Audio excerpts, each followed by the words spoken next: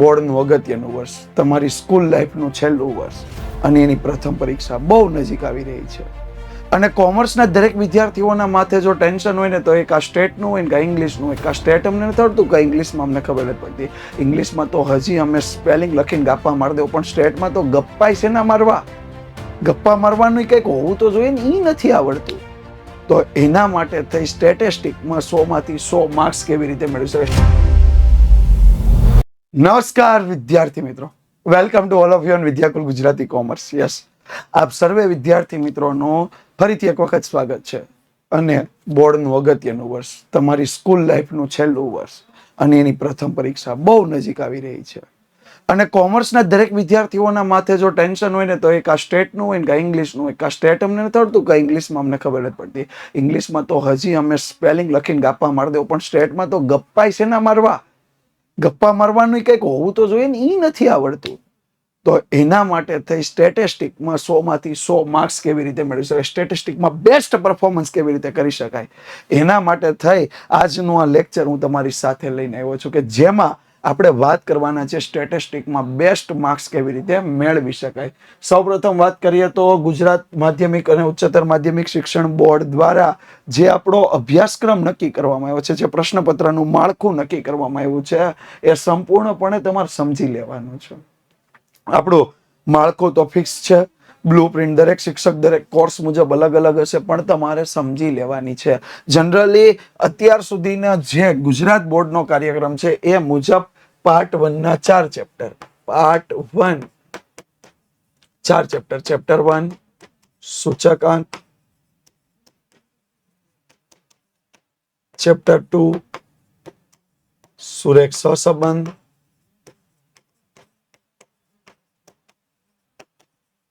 Chapter 3 સુરેખ નિયત સંબંધ,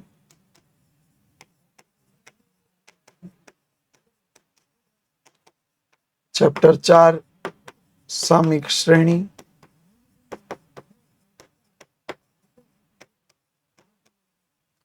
અને પાર્ટ 2 માં એક ચેપ્ટર, ચેપ્ટર 1 સંભાવના. આટલા ચેપ્ટર સુધીના પ્રશ્નપત્ર તમારે પ્રશ્નપત્રમાં આટલા ચેપ્ટર પૂછાવાના છે. આ ચેપ્ટર તમારે ગણવાના થવાના છે. તો દરેક પ્રકરણમાંથી કેટલા માર્ક્સનું પૂછાય એ તમારે નક્કી કરી લેવાનું છે. આના માટેના બ્લુ પ્રિન્ટનો વિડીયો ટૂંક સમયમાં તમારા માટે આ ચેનલ પર હું લઈને આવવાનો છું. તો એના માટે પહેલા તો આ ચેનલને સબસ્ક્રાઇબ કરી લો અને વિડીયોને લાઈક બટન ઉપર ક્લિક ન કરી તો કરી દો, કારણ કે આવી બધી માહિતીઓ તમને અહીંથી જ મળવાની છે. આગળ વાત કરીએ તો સૌપ્રથમ જો આપણને આપ્યું છે કે દરેક પ્રકરણ માટેની વ્યૂહરચના શું હોઈ શકે, દરેક પ્રકરણની વ્યૂહરચના, તો દરેકના સૂત્ર અલગ નોટબુકમાં લખો, નિયમિત રીતે યાદ કરો ભાઈ. દરેકના સૂત્ર અલગ લખો, નિયમિત રીતે યાદ કરો. યાદ કરશો તો ખબર પડશે કે કેવો પ્રશ્ન કેવી રીતે પૂછાય, કેવી રીતે લખવાનો. એટલે દરેક પ્રકરણના સૂત્ર અલગ નોટબુકમાં લખો, એને નિયમિત રીતે યાદ કરો. દાખલાઓની વાત કરી છે કે પાઠ્યપુસ્તકના અને સ્વાધ્યાયના દાખલા જાતે ગણો. જો ગણતરીની રીત પર ખાસ ધ્યાન આપો. ગણવામાં કોઈ તકલીફ પડે ને તો તમારા શિક્ષકની મદદ લ્યો, વિદ્યાકુલની મદદ લ્યો, યુટ્યુબની મદદ લ્યો. કોઈ પણ રીતે તમને દાખલો આવડવો જોઈએ. અને અહીંયા અર્થઘટન એટલે અંતિમ જે જવાબ આપ્યો છે, વિદ્યાર્થીઓ માત્ર દાખલા ગણી નાખે, નથી એનો એકમ જોતા, નથી એનો કઈ સવાલનો જવાબ આપ્યો હોય એ લખવાનું, એ નથી લખતા. આ બધું જ અગત્યનું છે. એટલે અંતિમ જવાબનું અર્થઘટન કરવાનું ચૂકશો નહીં. સાથે જે કાંઈ પણ આપણે દાખલાઓ ગણીએ છીએ એના એકમો લખવાનું પણ ભૂલાય નહીં. આ 3 બાબત ઉપર ખાસ ધ્યાન આપો. એક તો સૂત્ર ખાસ તૈયાર કરો, સ્ટેટિસ્ટિક સૂત્ર વગર તૈયાર થઈ શકે નહીં. દાખલાઓ વાંચવાના ન હોય, દાખલાઓને ગણવાના જ હોય. બને ત્યાં સુધી ગણે જ રાખો. ઊંઘમાં પેન આમ પડી જાય ને ત્યાં લગી ગણે જ રાખવાના છે. અને છેલ્લું અંતિમ જવાબ આવી જાય તો એમાં એકમ કે જે કાંઈ લાગુ પડતું હોય એ લખવાનું ખાસ ભૂલાય નહીં. એના પર પણ એટલું જ ધ્યાન આપવાનું છે. ત્યાર પછી પ્રશ્નપત્રમાં કુલ 6 વિભાગ હોય. હવે તો વિભાગ વાઇઝ તૈયારી કેવી રીતે કરવી, તો કે પ્રશ્નપત્રમાં 6 વિભાગ છે. પહેલો હેતુલક્ષી પ્રશ્ન છે, એમાં ટૂંકા પ્રશ્નો પૂછાય. દરેક પ્રકરણના અંતમાં વિભાગ A અને વિભાગ B આપ્યો છે, એના પર ખાસ ધ્યાન આપો. અને એની નાની નાની થિયરીઓ છે, સૂત્ર છે, વ્યાખ્યાઓ છે, એને ખાસ તૈયાર કરી લ્યો. ખાસ ખાસ તૈયાર કરી લ્યો. વિભાગ સી અને ડી ટૂંકા દાખલાઓ છે એટલું જ નહીં, પણ થિયરી ખાસ વિભાગ સી અને ડી માં પણ તમને પ્રશ્નો સ્વરૂપે થિયરી આપેલી છે. આ થિયરીને ખાસ લખીને યાદ રાખો. નિયમિત રીતે દાખલાઓ ગણો. સૂત્ર બદલાવાની ટ્રાય નહીં કરો. ઘણી વખત આપણને એમ થાય આ સૂત્રને આવી રીતે ચેન્જ કરીએ ને તો સીધો જવાબ મળે, પણ એમાં એક સ્ટેપની ભૂલ તમારો આખો દાખલો 3 માર્ક્સ 2 માર્ક્સ બધા જ ઉડાડી શકે છે. એટલે દાખલાઓ અને થિયરી પ્રશ્નો બંને હોય એનો દાખલાઓ ગણવાની ટ્રાય કરો. થિયરી ખાસ પાઠ્યપુસ્તક મુજબ લખીને જ તૈયાર કરો, જેથી તમને લખવાની પણ ખબર પડે કે 2 ગુણના પ્રશ્નમાં આટલી થિયરી, 3 ગુણના પ્રશ્નમાં આટલી થિયરી. ત્યાર પછી આગળ વાત કરીએ વિભાગ ઈ અને એફ, જેમાં મોટા દાખલા 4 ગુણ 5 ગુણના. હવે આ દાખલાઓ અઘરા લાગે તો એને વારંવાર અલગ રીતે અભ્યાસ કરો. સ્ટેપ બાય સ્ટેપ ગણતરી કરો. સ્વચ્છ રજૂઆત કરો. સ્ટેપ બાય સ્ટેપ એટલા માટે મેં કીધું છે કારણ કે ઘણા બધા વિદ્યાર્થીઓનો એવો પ્રશ્ન હોય, સર અહીંથી ડાયરેક્ટ આ નક્કી ન હાલે. એલા ભાઈ હાલે, પણ તમારું સ્ટેપ કપાઈ ગયું ને તો તમારો માર્ક્સ ત્યાં કપાઈ જાય. એટલે ગમે ત્યાંથી ગમે ત્યાં ઘૂસી નહીં જવાય. આપણે આપણા ઘરમાં જવું હોય તો આપણા ઘરના રૂમના દરવાજામાંથી જઈએ, ક્યારે બારીયાથી કૂદકો માર્યો, હાલો હું બારીયાથી સીધો અંદર નહીં જવાય. અને જશો ને તો કોક આપણને ગાંડા ગણશે. બરોબર?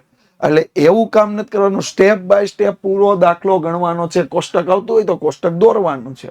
હા, ટાઈમ તમારી પાસે પૂરો મળવાનો છે. બિલકુલ બિંદાસ, ચિંતા નથી કરવાની. જનરલ ઓપ્શન વાળું પેપર છે. બને ત્યાં સુધી જે બહેતરીન પ્રશ્ન આવડતા હોય, જેના તો તમે શ્રેષ્ઠ પ્રદર્શન કરી શકતા હોય એવા પ્રશ્નો, એવા દાખલાઓ પહેલા ગણો. અને આ બધી ખબર ક્યાંથી પડશે? તો કે આ બધી ખબર પાડવા માટે થઈને અમે આવી જ ગયા છીએ. અમે લઈને આવવાના છીએ વન શોટ. પહેલું જ કામ વન શોટ. વિભાગ મુજબ લેક્ચર. ત્યાર પછી છે હેતુલક્ષી આઈએમપી પ્રશ્નોનો લેક્ચર. ભવિષ્યવાણી અને સૂર્યોદય. આ બધું જ તમારા માટે અવેલેબલ થવાનું છે. ક્યારે? તો કે તમારી પ્રથમ પરીક્ષાના સમયે. ક્યારે અવેલેબલ થશે? તમારી પ્રથમ પરીક્ષાના સમયે. તો તમારે કરવાનું શું છે? તો એક જ કામ કરવાનું છે. વિદ્યાકુલ ગુજરાતી કોમર્સ યુટ્યુબ ચેનલને તમારે શું કરી દેવાની છે? વિદ્યાકુલ ગુજરાતી કોમર્સ યુટ્યુબ ચેનલને તમારે સબસ્ક્રાઇબ કરી દેવાની છે. યસ, આ તમામ વસ્તુ ઉપલબ્ધ થવાની છે. એટલે આ બધું જ તમારે Vidyakul Gujarati commerce YouTube channel પર શું કરી દેવાનું છે? સબસ્ક્રાઇબ કરીને રાખવાનું છે. ત્યારબાદ આપણે વાત કરીએ તો સૌથી અગત્યની બાબત જે છે તો કે હવે ઇન્ડિયા ફર્સ્ટ એઆઈ બેચ. કઈ બેચ? તો કે માસ્ટર બેચ. આ માસ્ટર બેચ લોન્ચ થઈ ચૂકી છે. તમારા માટે થાય અને 6 મહિનાથી પણ જો ટૂંકા સમયમાં તમારે અભ્યાસ કરી અને ગુજરાત બોર્ડમાં ટોપ રિઝલ્ટ મેળવવું હોય તો માસ્ટર બેચ તમારા માટે લોન્ચ થઈ ચૂકી છે મિત્રો. તો ખાસ જેટલા પણ મિત્રો મારી સાથે જોડાયેલા છે, જે મિત્રો અહીંયા અભ્યાસ કરવા માંગે છે અને હજી સુધી એને અભ્યાસ કરવાની શરૂઆત નથી કરી, તો એનો તમામે તમામ પ્રકારનો જે બેકલોગ રહી ગયો છે, અથવા એમ કહી શકાય કે જેને તૈયારી કરવાની હજી સમય નથી મળ્યો, એ તમામને પહેલા ચેપ્ટરથી તૈયારી કરવાની જવાબદારી છે માસ્ટર બેચની. જોડાઈ જવાનું ભૂલતા નહીં. ત્યાર પછી જો આગળ વાત કરીએ તો પુનરાવર્તન અને મૂલ્યાંકન. જો તમે જેટલું નિયમિત રીતે વાંચશો અથવા ગણશો, ખાસ કરીને હું તો એવું કહું, થિયરી હોય ને તો વાંચશો નહીં, થિયરીને પણ લખીને જ તૈયાર કરો સ્ટેટમાં ખાસ. એ લાંબા સમય સુધી યાદ રહેશે. બીજું, પરીક્ષાનું અનુકરણ. સમય મર્યાદામાં પ્રશ્નપત્ર પૂરું થાય ને એવું કરજો. કારણ કે અત્યાર સુધીની આપણી ટેવ કેવી હતી? 9માં 50 માર્ક્સનું પેપર 2 કલાક, બહુ ટાઈમ હતો. 10માં 80 માર્ક્સનું પેપર 3 કલાક, બહુ ટાઈમ હતો. 11માં ફરી પાછું 50 માર્ક્સનું પેપર 2 કલાક, અતિશય ટાઈમ હતો. પણ 12મું છે 100 માર્ક્સનું પેપર લખવાનું છે અને એ પણ 3 જ કલાકમાં લખવાનું છે. કારણ કે ગુજરાત બોર્ડ હવે તમને મેચ્યોર માને છે કે તમારી લખવાની સ્પીડ વધારે હશે. 10માં આવડો દાખલો ગણતા ને તો 3 માર્ક્સ આવતા, આવડો દાખલો ગણ્યા તો 5 માર્ક્સ આવતા. અહીંયા 3 પેજના દાખલા ગણશું ને તો એ 5 માર્ક્સ આવશે. એટલે ખાસ લખવાની સ્પીડ વધારજો. ત્યાર પછી ભૂલોનું વિશ્લેષણ. તમારી ક્યાં ભૂલો થઈ છે ને એના પર વધારે કામ કરો. તમને જે રીતને આવડતી ને એના 4-5 દાખલા ગણો.